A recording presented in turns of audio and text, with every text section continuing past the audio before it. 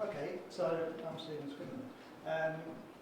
First thing I should say, I suppose, is I'm not part of your community, so I'm not sure how much my presentation is actually going to be right for you. But had things been different, I just wouldn't be here. I don't mean me, but I wouldn't be here talking to you because probably 2 months ago, is it maybe 3 months ago?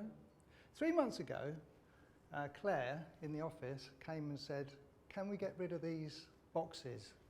And I said, "What's in them?" And she said, "These tapes."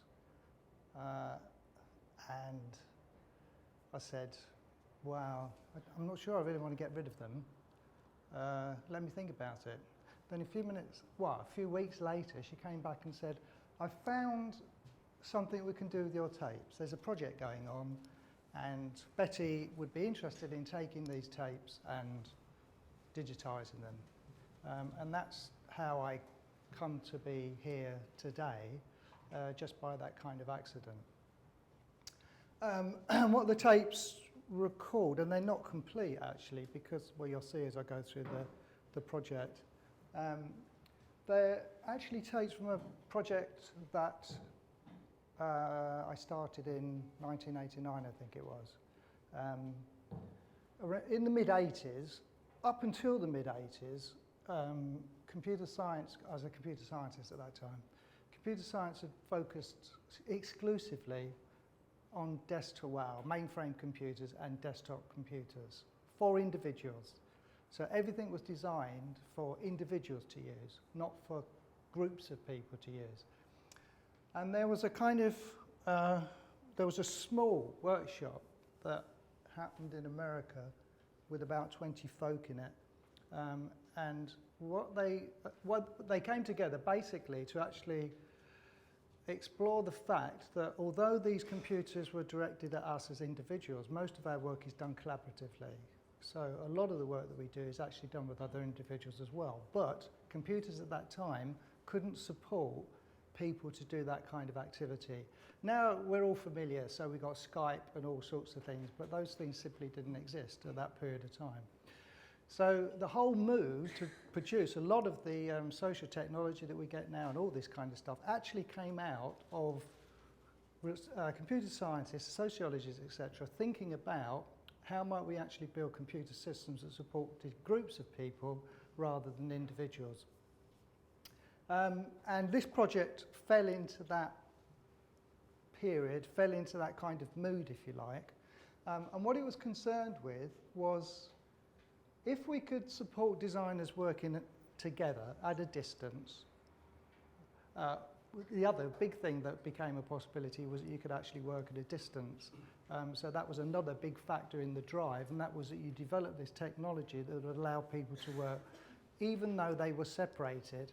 And there were lots of kind of economic reasons for thinking that was actually a good thing to do. Because, for example, you will now have car companies working all the time, and they will actually have teams in Australia who pass the work over to teams in the northern hemisphere at the end of the day. So they're actually working 24 hours a day because they're shifting material from one group to the other.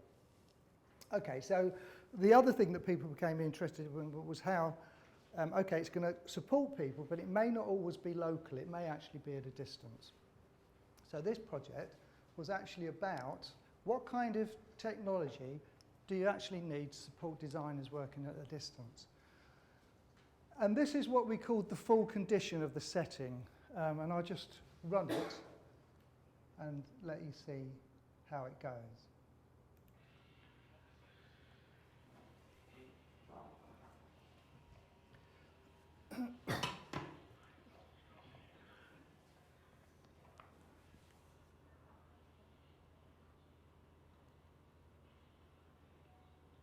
So these designers had a task. They were design students at Loughborough University, and their task was to complete a design problem or a design activity.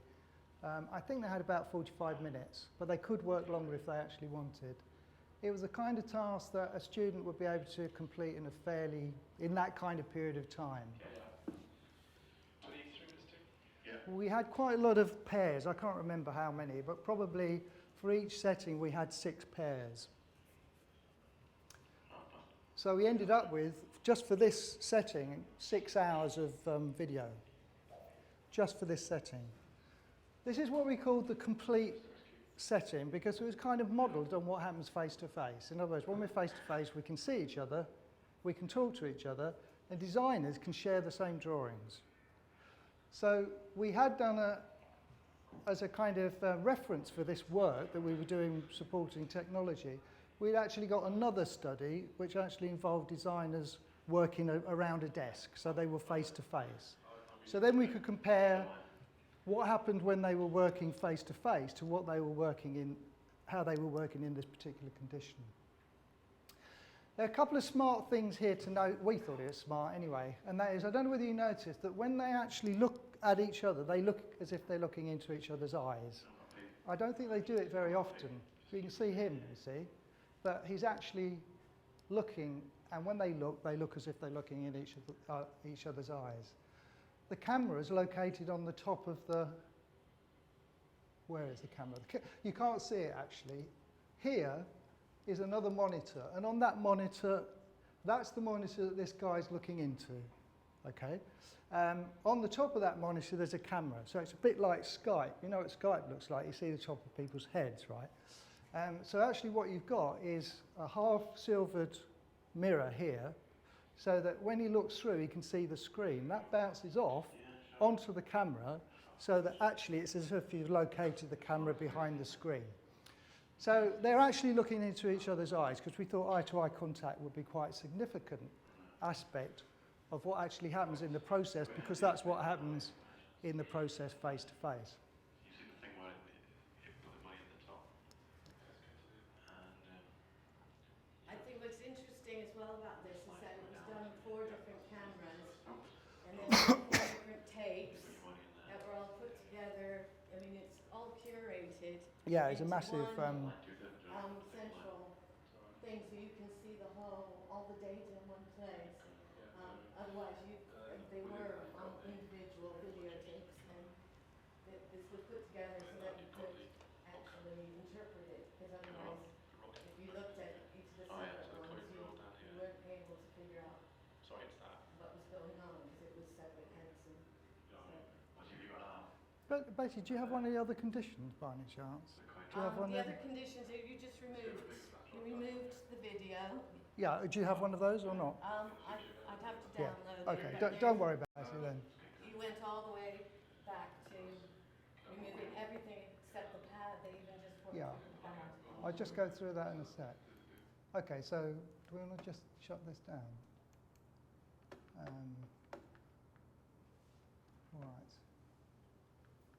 And go here. Where do I do the show? I could have done it up there, couldn't I? Can't see a blooming thing. Yeah, let me do it here. If I can do it here. Oh. Right, let's try the other side. Yeah, if you just click on the corner there. That one. There? Yeah, I think so. Then I'll have to do the show. Where's that? And slideshow. Oh, God. Where's it? There it is. Okay, so right, so that's the data. The project, this is the project. So it was called Establishing the Communication Requirements of Designers Cooperating Remotely, and we called it ROCOCO. It was funded by like a sort of initiative that was actually set up by HEFGE, I think, at the time, or by one of the research councils, actually. And it was a kind of combination of industry and the research councils. So the funding for it came from, all the projects had to have an industrial element in it. And it ran from 1989 to 1992. That was when the actual work was carried out. And it's asking me to talk about this is a bit like archaeology. It's gone, basically. I can remember bits of it, but the details of it, I'd need to read all the stuff again to actually remind myself what it was all about. And the autobiography of the data is, it almost didn't get here. It went from Loughborough, with me, always, to Derby, to Coventry, to Central St Martin's, to Chelsea, almost in the bin, and now Betty's got it to do what she likes with. I really don't mind. Right, so what we were interested in, we kind of took the view that actually maybe, we took the view that actually the face-to-face condition was extremely unlikely at that particular moment in time. It wasn't easy to actually send video, as it were, high volume data over the networks at that time. So what we wanted to look at is, well, if you just take out the media, what happens? And we expected, fundamentally, I think, we expected that there would be a lot of problems for the communicators in that kind of situation. So what you saw was the drawing, seeing, talking condition. Everything's there. And that's a pretty close match to what actually happens in face-to-face. Pretty close match with the sketchbook, because they were drawing on a sketch pad, but the sketch pad was mirrored onto a screen, and the other person's material was being mirrored simultaneously. So they could see their drawings going up onto the screen, and they could see their partner's drawings going up onto the screen. So it was like them drawing on a piece of paper at the same time. Then we took out the talking. So we said, what if they can't talk to each other? Can they, I think we actually expected that they wouldn't be able to complete the task.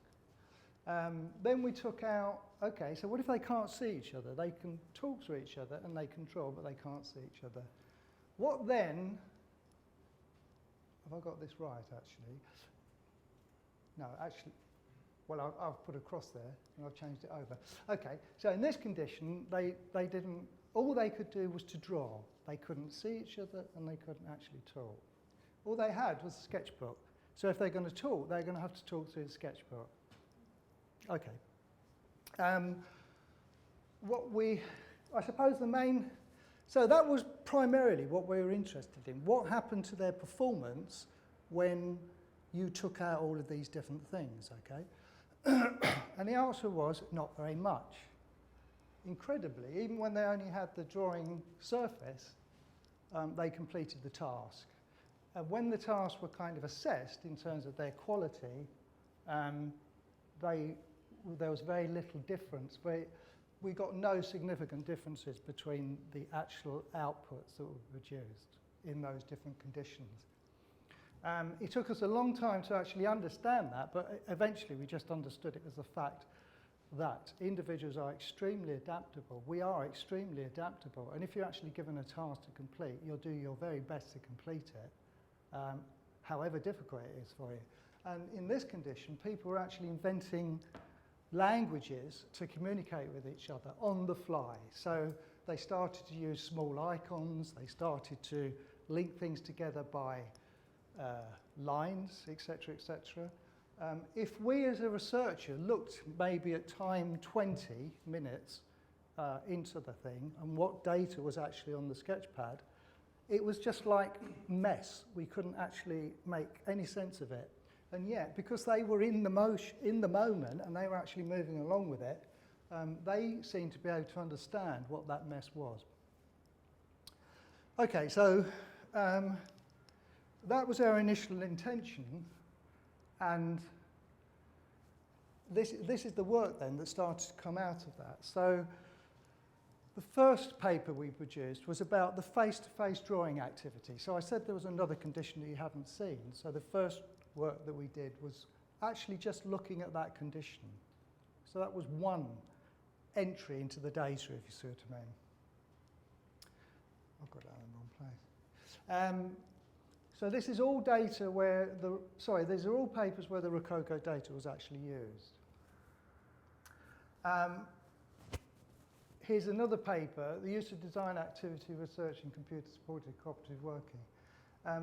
This was actually related. It didn't draw heavily on the actual ROCOCO data, but it was basically making the argument that design is actually an interesting activity to look in this context because it is so media rich compared to maybe other disciplines, because you're actually drawing, writing, you're using a whole range of modes of communication as a designer.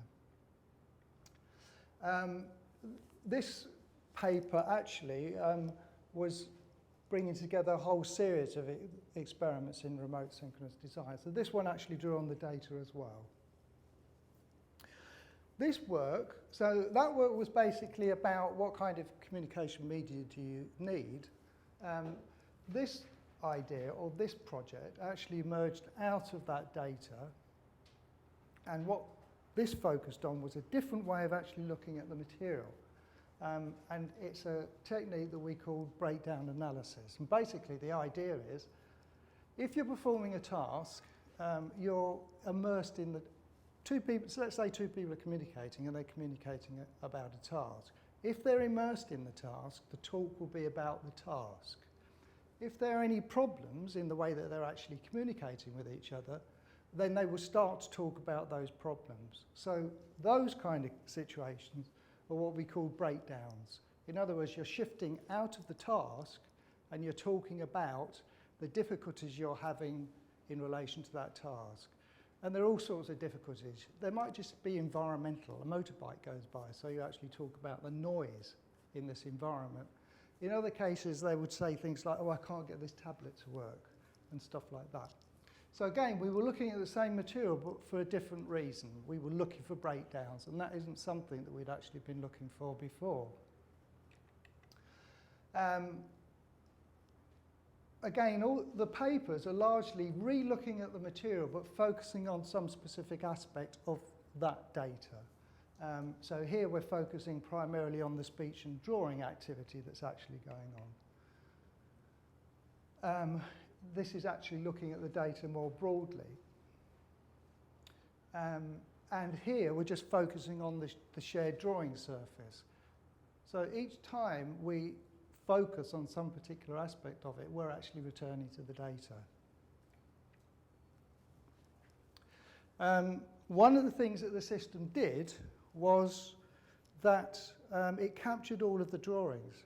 And in fact, for me, that's the most interesting data, and it's actually been lost. So I showed you the, well, you couldn't really see it, but you could see they're actually drawing, and I said that it actually appeared on the surface, and I said that there was a computer system that was combining both of their drawings at the same time. That computer system recorded everything that was actually drawn. So we then later looked at that material and analysed it in terms of the structure of the drawing activity. How were the drawings structured, and how did they actually move around the drawing surface? This is really a kind of summary paper. It looked at the whole series of examinations, of the different examination of that material. And again, this needed to refer back to the material and actually to re-look at it in certain ways. Okay, what hadn't occurred to me really until I thought about what might happen if you could actually, I mean, obviously, Betty's explained that there was an awful lot of technology, and the fact of most research projects is that you get a lot of equipment in for a period of time, maybe for 4 years, because you're going to do the work. The department quite likes to have that material around, but it doesn't want to maintain it, generally speaking, unless it actually fits very much into the broader activities of what the department's doing. So over time, things disappear. You know, the video recorder breaks down, or the video player breaks down, there's no money to replace it. So over time, it becomes increasingly difficult to access the data, basically. So you stop looking at the data. But the work that we had started carried on. So we went on to do a lot of other projects afterwards that continued that data in some way. And in almost every case, we had to generate new data for that particular situation. So as things moved along, for example, we'd had to build that complex construction and develop all of the technology. But 5 years down the line, there was now quite a lot of technology on the market, so you could actually just buy or use a proprietary system. So these are papers that we produced after that that are kind of related back to the ROCOCO data, but which didn't actually use the ROCOCO data. In this project, we took the situation, we combined, in a single screen, we combined the view that a partner gets of their partner with the drawing. So it was as if you were behind a screen, and you could see your partner behind the screen, and you could see the drawings that they were actually producing. So you could look into their eyes at the same. So in other words, you didn't have to do that, basically.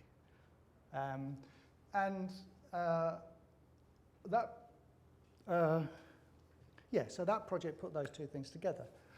What we didn't do, which we should have done probably, was to actually look back at the ROCOCO data and look at the material that had been generated in the ROCOCO project and compare it to the material that was actually generated in this project.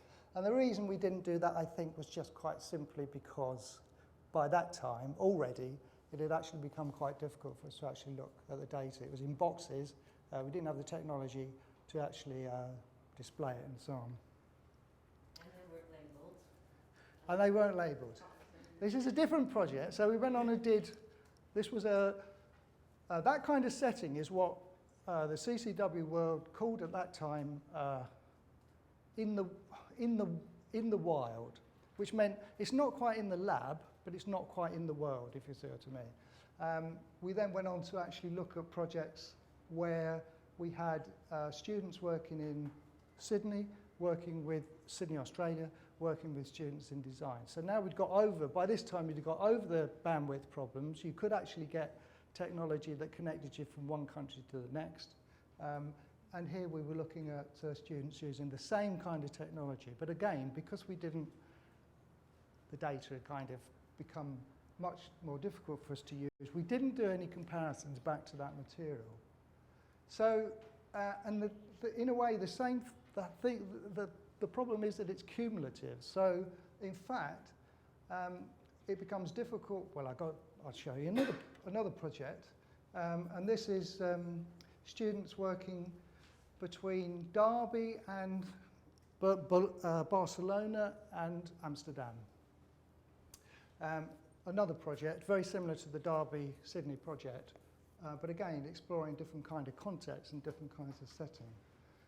The material that we generated for this, we weren't able to compare back to the material that we generated before because there were too many differences in the material that we produced, and also because some of the material already was being lost just simply because of people moving from one place to the next and so on. This was actually quite a big industrial project, European project, and here we were looking at fashion designers using exactly the same kind of technology. Again, another one of the Derby-Sydney, but focusing on a different aspect of it, actually looking at the design experts actually being involved in the process. The Looking Glass paper, again, there's a later paper of that because we were actually asked to it went into an encyclopedia basically, so it was rewritten for that and we actually re-examined the material. Again, we carried on with the breakdown project as well, but not able to compare the one condition back to the other. And in this project, we actually focused on the visualization. How were the designers visualizing material? So we actually looked, for example, they visualize it like that. They visualize it through objects. They pick up objects and they manipulate objects. And they visualize it through gesture. So again, same kind of thing. We've got a condition where we've got designers working together at a distance. We record all of that kind of stuff. We then analyze all of the language that's going on and link that with the drawing that's actually going on. So we're doing pretty much the same kind of thing. The data that we had in the past for the ROCOCO project could have been looked at in the same way. Little bit more now, this is actually focusing on more a longer term project, and it's focusing on the management issues. How do you manage the steps from one part of the project to the next? Finally, we started to look at the shifts that actually occur between one medium and the next. So when does for example, you might be drawing at one moment and then the next moment you're actually using your hands to actually communicate something. So we looked at the shifts because we had come to the conclusion at that point that basically what happens in a process is there's an instantaneous decision at the moment as to which medium to use at that moment that's going to be the best for your purpose. And we were interested in basically showing that that was actually the case. Okay? Oh, hang on, I think I might have repeated some of these. What's going on? Oh, I'm going the wrong way, that's what. Okay, so this is the project that actually looked at the shifts. So these are all the shifts.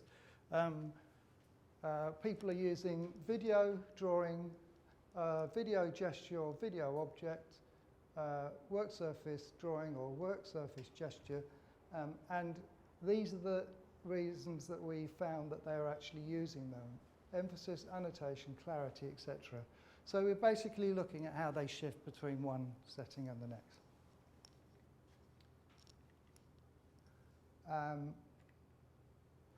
This is that project actually, but it's looking more at the usability issues that actually involve using this material, these shifts, as a way of actually improving the usability. So once we know that they do shift between things, we can actually examine the shifts and look at how that's affecting the usability of the system. Well, that data we produced all those years ago, I didn't actually think about it at all. Once the project had finished, it had been largely finished. All I did was I didn't feel I could throw the tapes away. Why, I don't know. It was quite a good fun project, and it might have just been that it was a bit like a memento of the project or something like that. So I lugged it around from one place to the next. I have to say, it never occurred to me to think that that data would actually be a source of, even though we did it, that it would be a source of material that you would want to refer to over and over again, and that if I'd known that that's what I wanted to do, I would have maybe, that there should have been some thought about how you actually got that material, how you organised that material, and how you made it accessible to actually look at again. So really, it's only because the possibilities are now coming for people to actually preserve their data, if you like, digitally, that we can actually begin to think about that. So, if we'd thought in that kind of way, then maybe we wouldn't have had to keep regenerating data, new data. I mean, as we went through each of those projects, every time we started a new project, we had to create a new configuration, and that we then got new data from that. So I think we probably wouldn't have had to generate quite so much data. And the data that we're actually producing would have served much better for replication. So in other words, we could have looked back each time, returned to that data, and looked to see whether the kind of what we're observing now was observable then. And of course, if you've got the data there, one of the things that you can't predict is you start a project with certain ideas about why you're doing it. Almost always, as you go along, you change your ideas about why you're doing it, because actually, why you thought you were doing it doesn't turn out to be a very useful thing at all. But I don't think you can sort of predict. I don't think we could have predicted that we would actually that data could be looked at, for example, in terms of there was other phenomena in that data, such as breakdowns, that would be useful things to look at. You can't predict that at the time you're actually producing the data. So you can't predict how useful the data is actually going to be to you over a long period of time. In the technology area, it's obviously a bit problematic as things are actually changing so quickly. So if you've got data that's associated with one bit of technology, the new technology is so different that you might as well forget about that. I came into computing when HCI was just starting. You had 8 colour displays. There were psychologists who spent quite a long time trying to work out which were the best of the 8 colours to be displayed, for example, as a letter. And a few years down the line, you got 16 million colour displays. So that data or that research is more or less dead. No one will ever actually refer to it again, unless for some weird reason we have to go back to 8-colour display. And that's it. I don't know.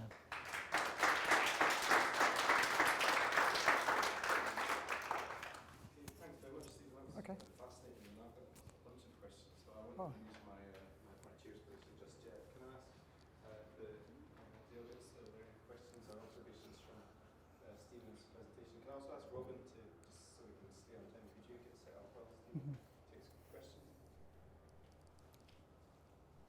Yeah. I was wondering, you mentioned that the drawings themselves had been lost.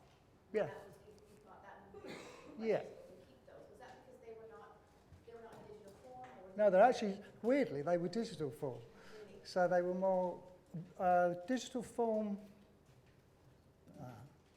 Yeah, they were digital form. Did they not make it into the boxes then? They didn't make it into the boxes, no. No. Actually, I'm still in contact with the guy who did all the, who designed the sketchpad. And I keep meaning to contact him and say, have you got the drawings? Because the drawing material for me was really the most fascinating. And the big regret I have is that we never looked at what was happening in the drawing only condition, because it was so interesting. Unbelievable really that they could actually complete the task.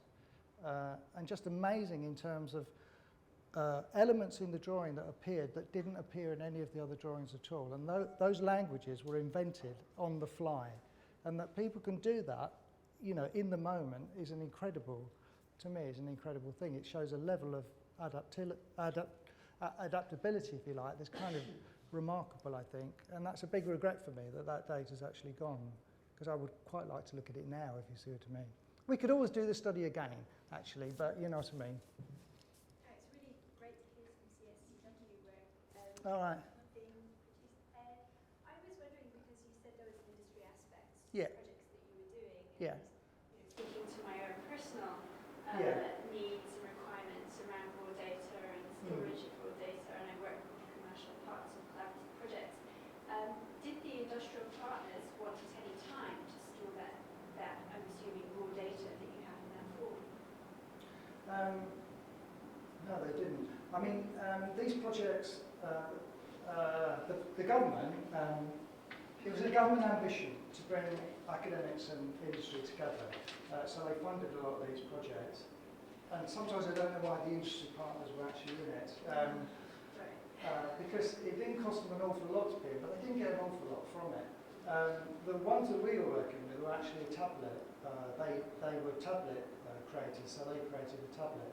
And that was their tablet that they actually used. But we ran into problems on the industrial side because they ran into financial problems themselves as the project went on, and they couldn't commit. They couldn't continue to actually fund.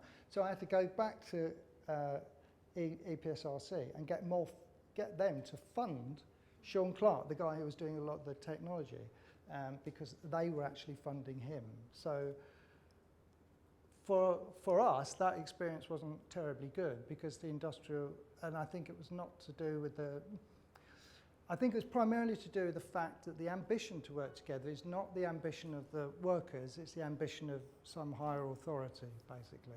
The government in this case. It's good for industry and academia to work together, so we'll make you work together. People who want to work together will work together, basically, and who need to work together, but sometimes when they're brought together and they don't really need to work together, it leads to problems. In our case, it did. Can I ask just one quick question following on from that before we move on to Robin? Now, am I right in understanding that this research didn't take place here at UAL? It was at Loughborough originally? Loughborough, yeah. Yeah, okay. Given that that was where the research originated from, were there any issues with this material now finding itself onto the UAL repository or being digitised by UAL? Are there permissions, IPR, licensing considerations around this, or did you just think it was a long time ago, we might have thrown it away? You know? I think we haven't really worked through all of the issues yet. Yeah.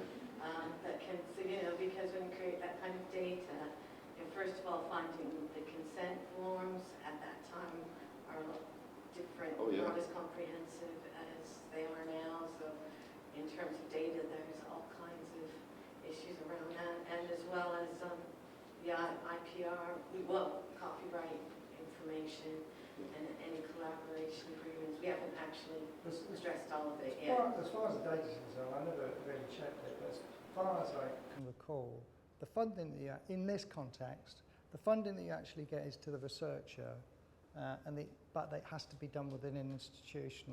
So that's how it gets into the university, if you see what I mean. So I'm pretty sure that the data's mine, actually. So that's not a worry. The worry more is about the consent, because the consent didn't take into account the possibility that this... Dr. Robin Burgess from Glasgow School of Art is going to tell us about the experience of Glasgow School of Art in research data management and developing the radar repository. Is it still called radar? Yes. Yes. I'm on top of things.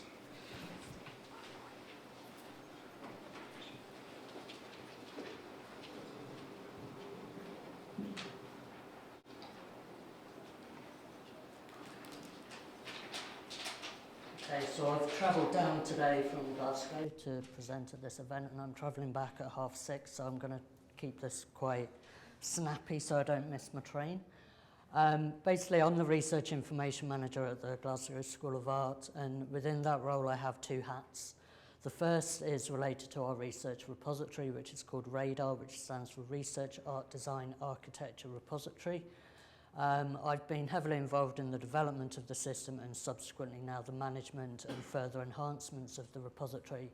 The second role I have is primarily in research data management, which for the Glasgow School of Art, this is actually quite a new concept and a new area that we're currently looking into. So for me, it's quite an exciting time, and for the Institute, it's quite a difficult time.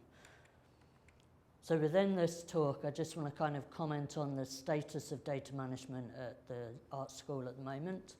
I'm going to kind of discuss the data management policy that we've been working on and has subsequently been implemented at the Institute. I'm going to talk a bit about the EPSRC requirements, because they kind of brought about much of the movement and forward thinking for the development of our policy. I'll also comment on the research repository and then illustrate some of the concerns at the art school. So just as a bit of kind of introduction about the art school, for the past 2 years, the Glasgow School of Art have been heavily involved in improving the management of their research outputs and the management of research data. They've been supported through funding from GISC that enabled them to develop and improve a research repository, moving away from a standard FileMaker database to an ePrints-enabled repository system. Much of the initial development of the repository focused on the ability to embed the system within the research ethos at GSA. This has enhanced and aided the web-based technology, and this was enhanced by web-based technology. But more recently, the focus has shifted towards management of data within the repository in relation to its use on an internal and external scale. With regards to research data management, one of the initial kind of questions that we've had to ask ourselves is, what is research data? So there's a very long-winded response there, which has had various iterations coming out of the Capture project, which there's a couple of people in the audience who I know were involved in that project. But primarily when we kind of summed up the definition of research data, it came to the final sentence at the bottom to do with research data can be seen as your stuff. So research data in the visual arts is important for various reasons. These are quite generic reasons as well and can be kind of applied across the board.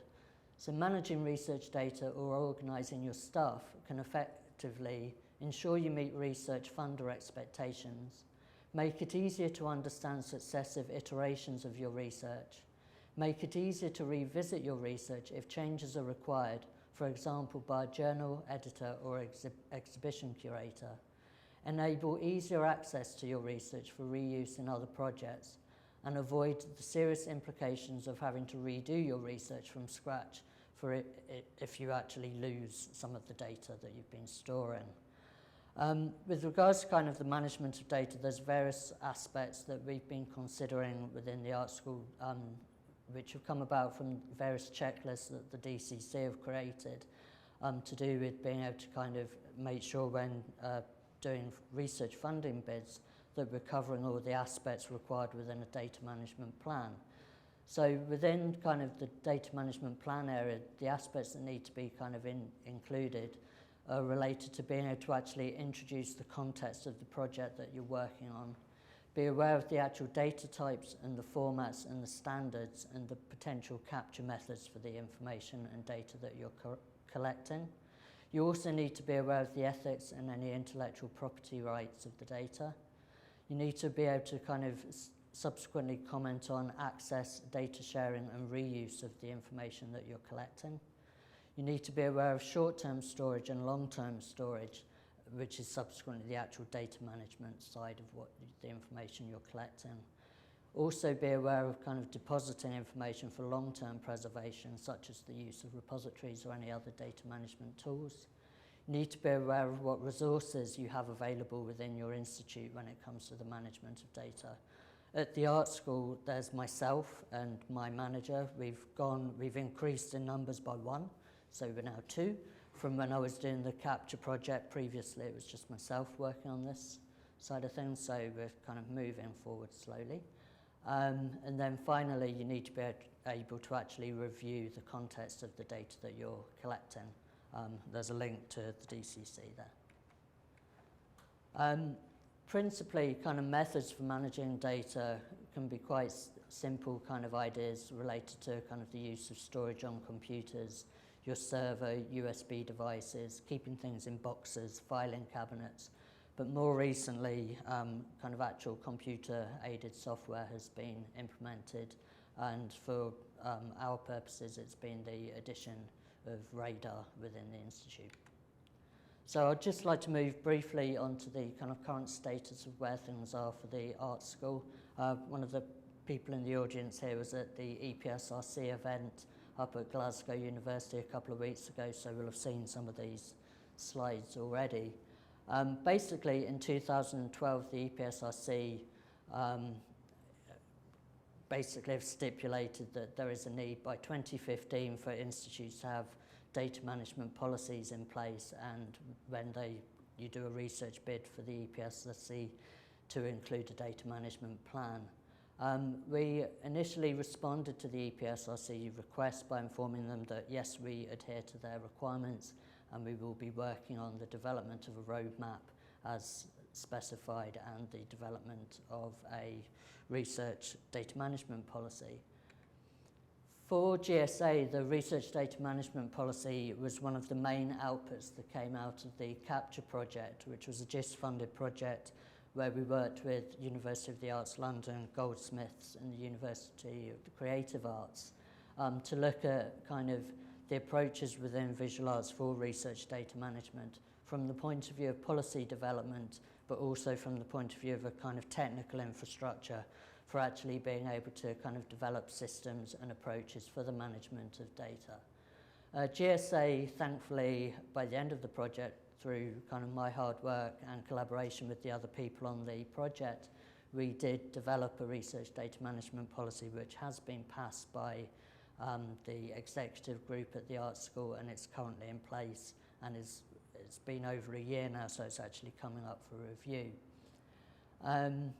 The focus of our management policy was kind of to do with communication strategies, how to actually disseminate information, the planning of data management, retention of data and deposit, i.e. using the repository.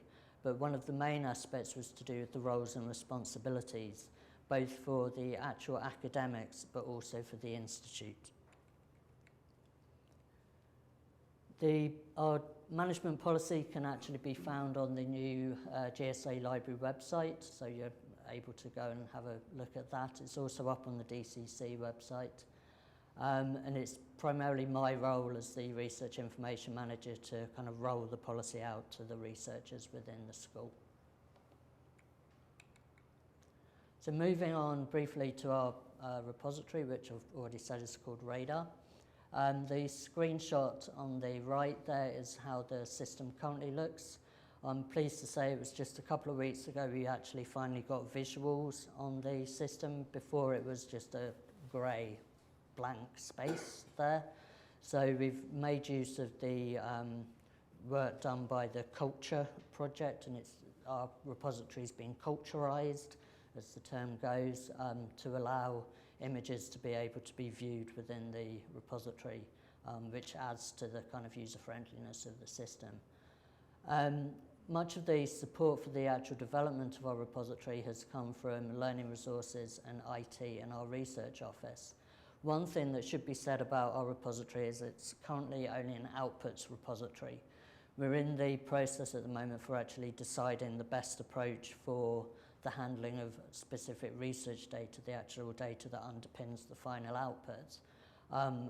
My current thinking is to be able to embed this process, and this is based on the Capture project, embed this process within our current repository, but I'm aware of other institutes who use ePrints as well, who have actually developed a separate instance of their repository for the management of data, and I'm keen to kind of learn the reasons why people have gone down that route rather than utilising their existing repository, and kind of weigh up the pros and cons for both approaches.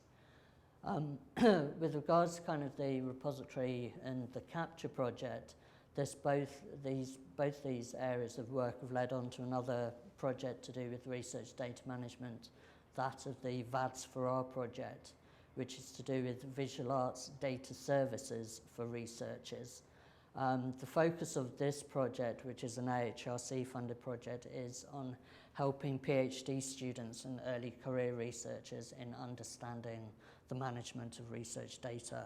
So we're keen to develop toolkits which are currently online to actually target early career researchers, postgrads, to get in early with them within their research projects, to get them thinking about research data management, so that as they progress in their research careers, it's not something that's new to them when it comes to the management of information.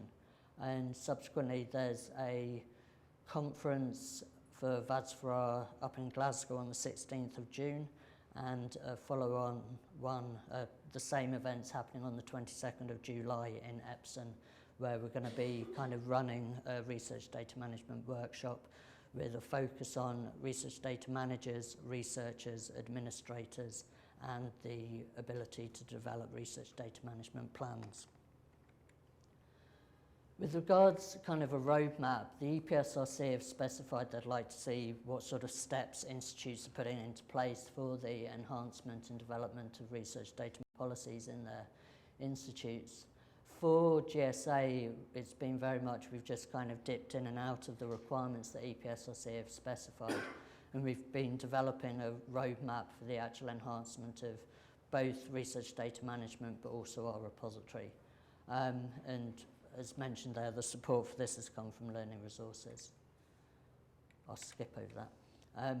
So with regards to kind of concerns at the art school, one area that I brought up and discussed with people at the EPSRC event is that the Glasgow School of Art is a small specialist institute, and I sometimes see it as an excuse that people use at the art school of, oh, we're only small, so why do we have to do half of these things that the big institutes do? But from my own intuition and speaking to other members within kind of a data management field, it's very prevalent that even though we're a small institute, we still need to abide by the kind of rules and the kind of areas that different funding bodies stipulate. So that's kind of a task at the moment that I'm trying to kind of embed within the research office and learning resources, that even though we are small, we do still need to do much of this work. And it doesn't make it any easier, the fact that we're a small institute. We're also kind of looking at the requirements of other funding councils when it comes to research data management. So the EPSRC have specified what they're looking at. The AHRC, who we get quite a bit of funding from at the art school, also have the need for data management plans to be included in their research bids. So part of the VADS for our project is also looking at being able to extrapolate and teach people in how to do an AHRC data management plan. We're also kind of quite concerned in the changing environment in research data management and planning with all the kind of developments in open access, APC charges, green, gold routes for displaying information, and then subsequently what's going to happen for REF 2020.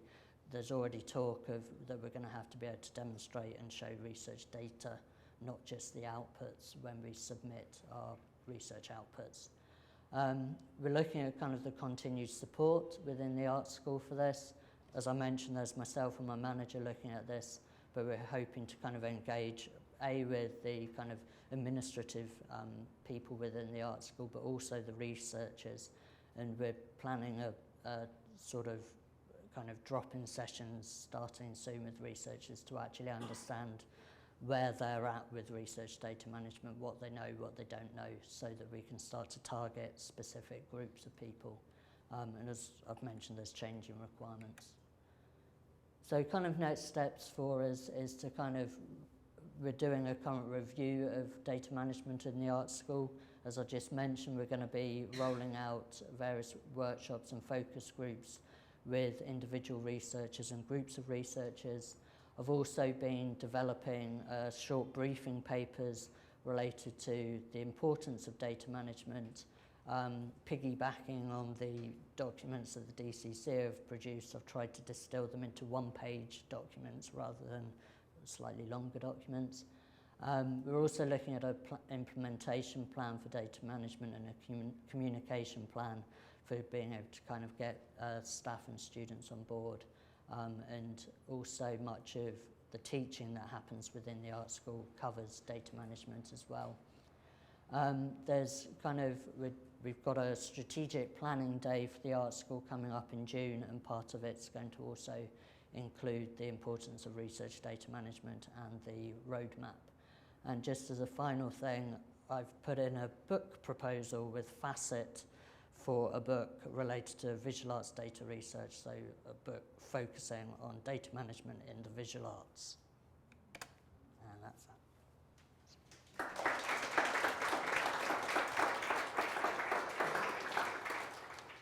Wonderful, thanks very much, Robin. Questions?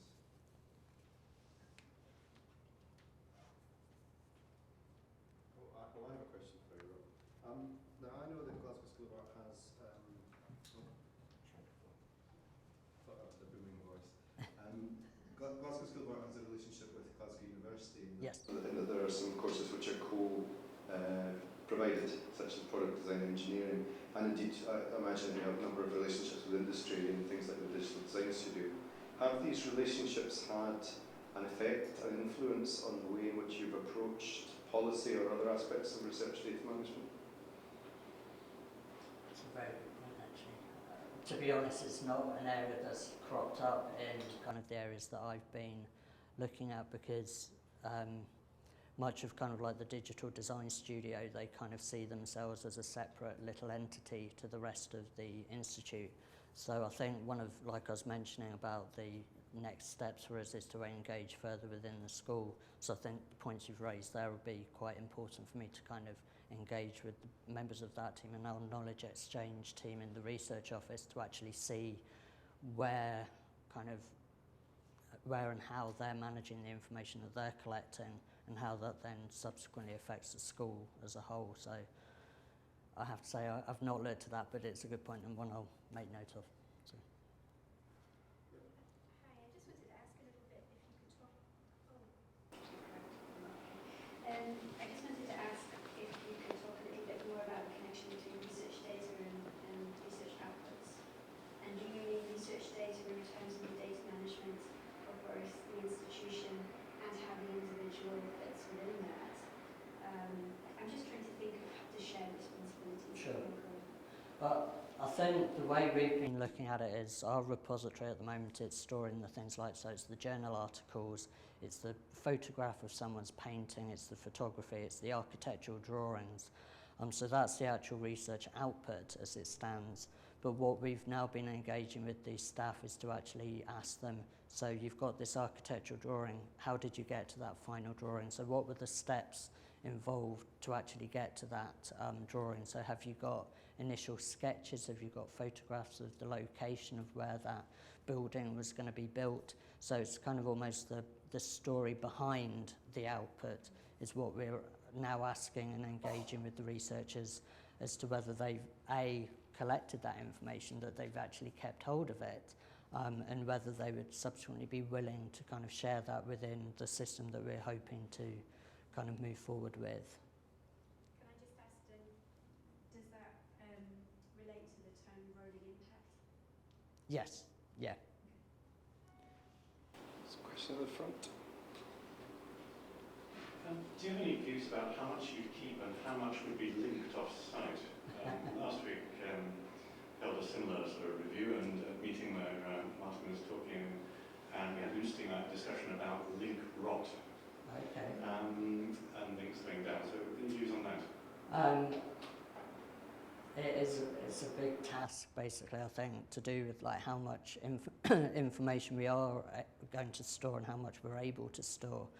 And I've actually got a meeting in a couple of weeks' time with our IT department to actually kind of thrash out the processes that are going to subsequently become apparent as we start to kind of embark on the management of the actual physical data, rather than people just keeping it on their own computers. We want to kind of, like you say, keep it centrally, but we need the infrastructure and the ability to do that. And this is where the comment to do with the art school being quite small, we don't have as much capacity and capability within our IT infrastructure.